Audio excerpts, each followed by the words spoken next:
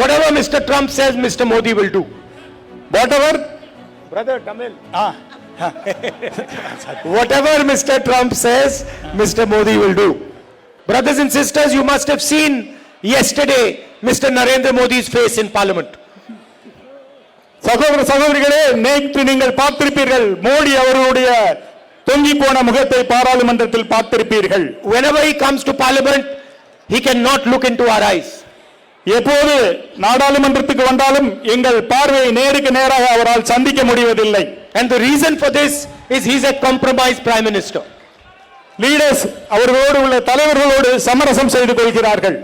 He has been thoroughly compromised and Mr. Narendra Modi is controlled by Mr. Donald Trump. அவர் அத்துணை பேரையும் தனது கட்டுப்பாட்டுக்குள் வைத்துக் கொள்ள வேண்டும் என்று மோடி அவர்கள் நினைக்கிறார்கள். Whatever Mr. Trump says, Mr. Modi will do. Whatever, Brother Tamil. Whatever Mr. Trump says, Mr. Modi will do. சகோதரர்களே, மோடி நினைப்பதை செய்து முடிப்பார் என்று மற்றவர்களுக்கு சொல்கிறார்கள். If Donald Trump says jump, Narendra Modi will jump.